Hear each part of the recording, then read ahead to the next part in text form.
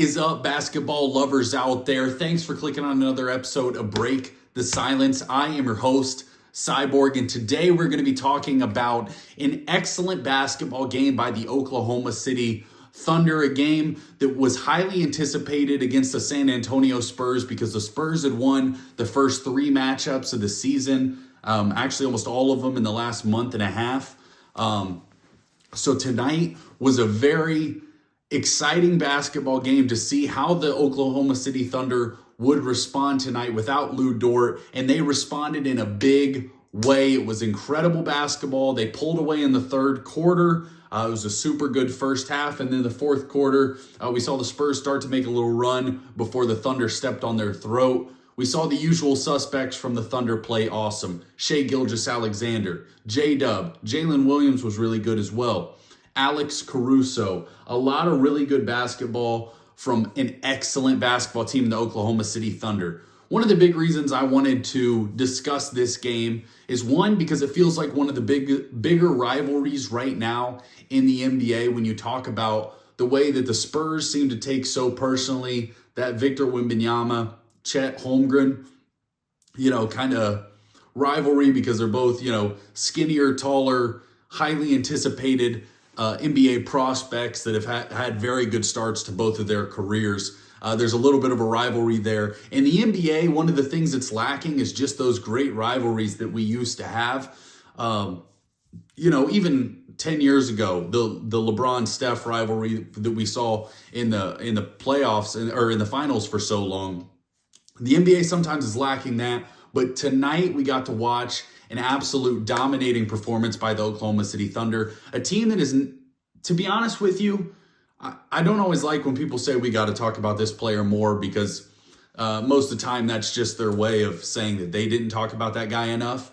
But the Oklahoma City Thunder are almost talked about in a negative light because there's so many people out there that really dislike the Thunder because of a couple clips that go around on social media of Shai Gilgeous Alexander. And the thing that I really want to make sure that I'm pushing with this podcast is enjoying the game of basketball and celebrating it for what it is, because I don't think there's enough of that. I think that part of the reason that the, kind of social media feeling of the NBA over the last 5 years has been really negative is because I think a lot of the people on television have been really negative towards the sport, especially like the TNT crew. You hear a lot of old heads talking about how there's no defense being played, talking about how so against load management, so against the modern NBA player, young stars. Some people don't like the fact that Europeans or non-American born stars are really popular, really dominating the NBA in a lot of ways right now. But we want to celebrate the game of basketball. And when you're talking about the Oklahoma City Thunder, you're talking about an incredible defensive basketball team. They're number one right now in the entire NBA in defensive rating.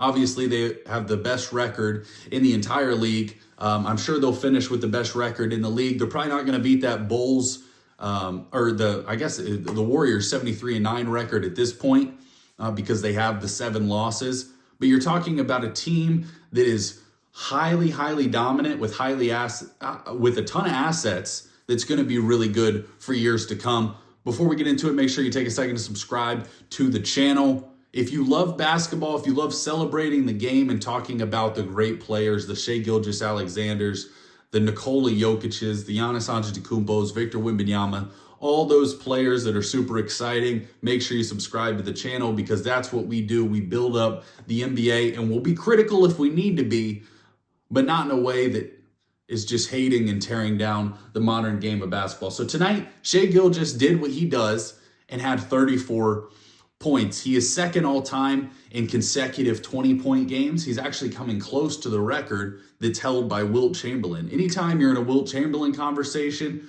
you're doing something right. SGA had 19 points in the second half, and where the Thunder really made their money was in that third quarter where they won 40-24. We know the Thunder have an elite defense because you're talking about at pretty much all times having 4 to 5 elite defenders on the court. We saw Shai Gilgeous get a couple blocks tonight. Obviously, we know what Chet Holmgren represents.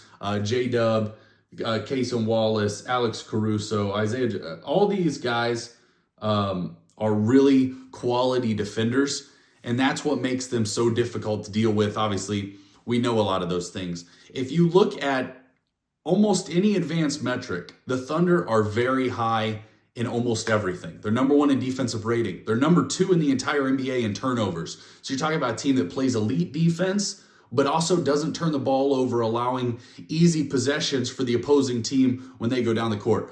The Thunder, number two in the NBA in clutch winning percentage. They're number one in the NBA in points per possession, both transition and isolation basketball.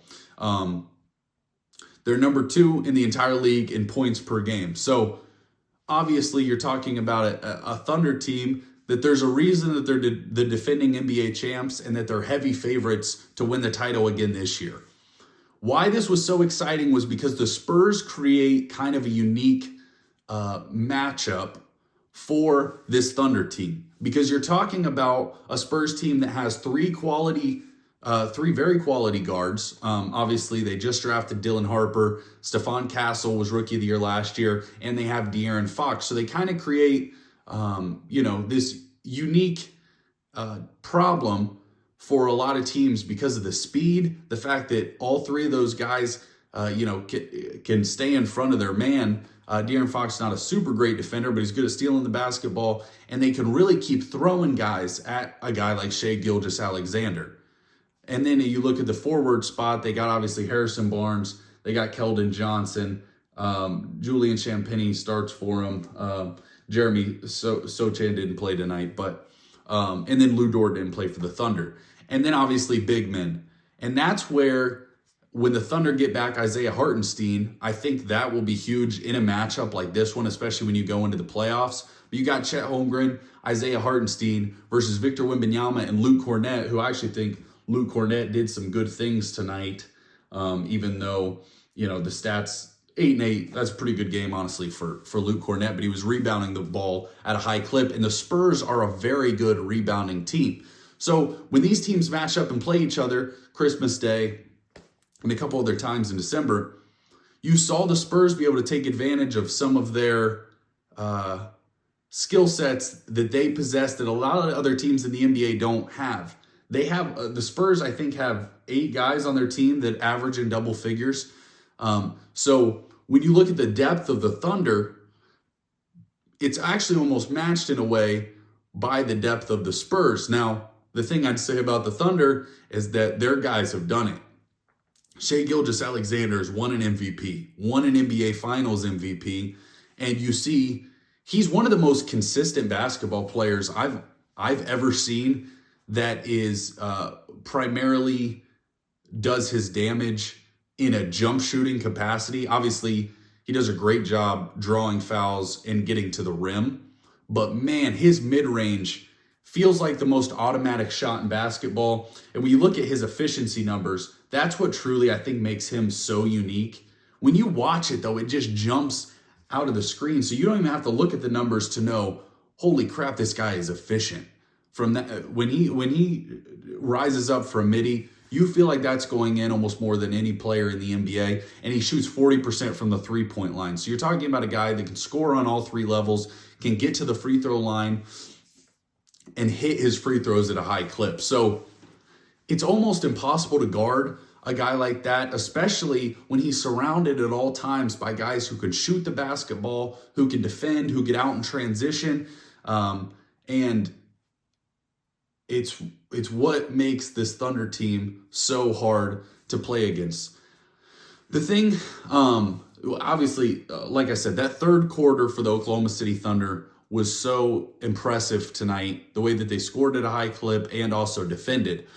But when you look at a lot of great teams in NBA history, that Golden State Warriors team that, made, 5 finals in a row or whatever, they were really, really good in the third quarter. And I think that's where great teams can really make their money. Obviously, there are teams that start slow, start fast, whatever. Second quarter, end of quarters is important. But that third quarter, you come out after the first half, you've made your adjustments, it's time to lock in, all the starters are back on the court, and they're ready to go. And that's often where you see the biggest discrepancy between teams. That's why that third quarter is so important. Because then as you get to the end of the third quarter, early fourth quarter, you have some of your bench guys, more rotations, and then obviously the end of the game in that late fourth quarter. Shai Gilgeous Alexander is the number one scorer in the entire NBA in the third quarter.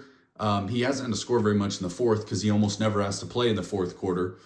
But that's where great teams make their money, is in that third quarter. And that's what the Thunder did tonight, where they really just pulled away in a game that was highly entertaining up to that point.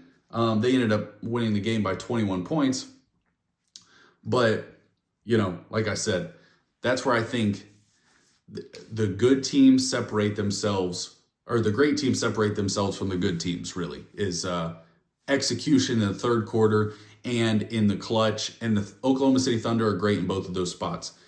This is a matchup that I really hope we get to see in the playoffs. I think that it would almost certainly be in the Western Conference Finals, because the Thunder are going to be the 1 seed, and the Spurs, you'd imagine, finish in the 2 or the 3.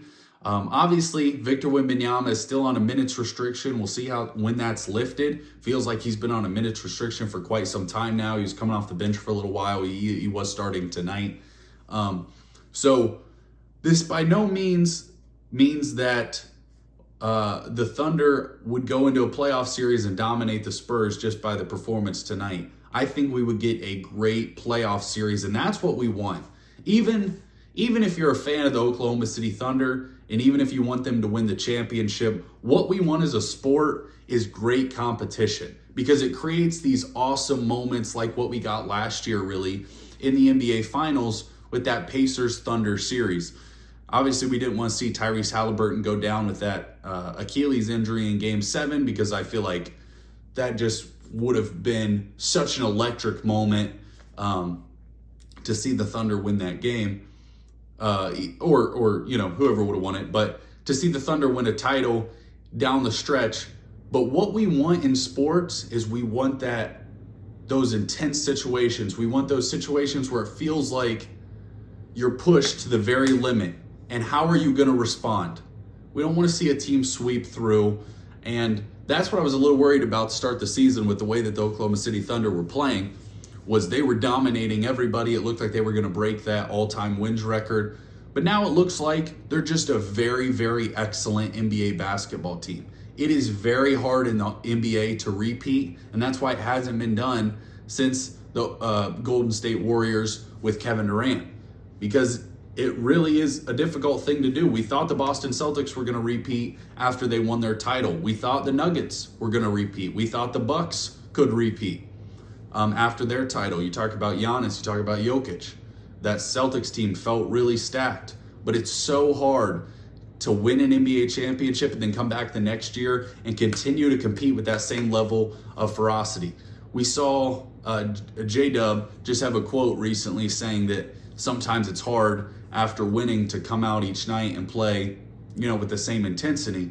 And while I don't love that quote because you've only won one championship, I do understand where he's coming from, because right now the Thunder are thinking about how can we get to the playoffs healthy and, have good chemistry between our guys, but they just want to get to the playoffs because that's where they're going to make their name this year. You're probably going to have the MVP of the league. I'd imagine it's going to be Shai again, especially with Jokic's injury. I'm not even really sure who else would be super in the running for that. But this Thunder team is electric. And make sure that when you watch basketball, if you're not a Thunder fan, you just try to appreciate the way that they play, the way that they play as a team, and the things that Shai Gilgeous Alexander is doing, because his ability to score in the mid-range is truly unbelievable. We've seen some awesome mid-range scorers, and I know that people who hate analytics want to act like the analytics community is getting rid of the mid-range shot. No, you want to get rid of the mid-range shot for your role players. You want your role players to be standing at the three-point line. I don't want my eighth best player shooting a fadeaway midi like Shai Gilgeous Alexander. But if it's Shai, or if it's Kevin Durant, or it's a player like that in the mid-range, I absolutely still want them shooting that shot because it feels like it's going in. Kawhi Leonard, you feel like it's going in 75% of the time. So make sure that you just remember to enjoy basketball, enjoy the NBA. I really like what Peacock NBC's done with the sport this year. Feels like they do celebrate the game and teach us about the game more than TNT used to. I almost come across sometimes as I get very frustrated with TNT. I couldn't listen to halftime shows, all that. I don't like the way that they covered the sport, and I don't think they did justice to the sport. I don't think ESPN does it. A lot of shows that just talk bad about the game. I want to build it up and I want to celebrate it. And the Oklahoma City Thunder could define this decade of the 2020s, because you're talking about a team that won a title, has a ton of assets, could win another title this year. But who is going to rise up against them to compete in the playoffs and make things interesting? It could be the Spurs team, or it could be the Nuggets for Nikola Jokic, could be the Rockets if they could get themselves together, could be the Boston Celtics if they get Jason Tatum back, come out of the Eastern Conference, or the New York Knicks. Lot of entertaining basketball ahead. Make sure you subscribe to the channel and like the video. I appreciate y'all watching. Cyborg out.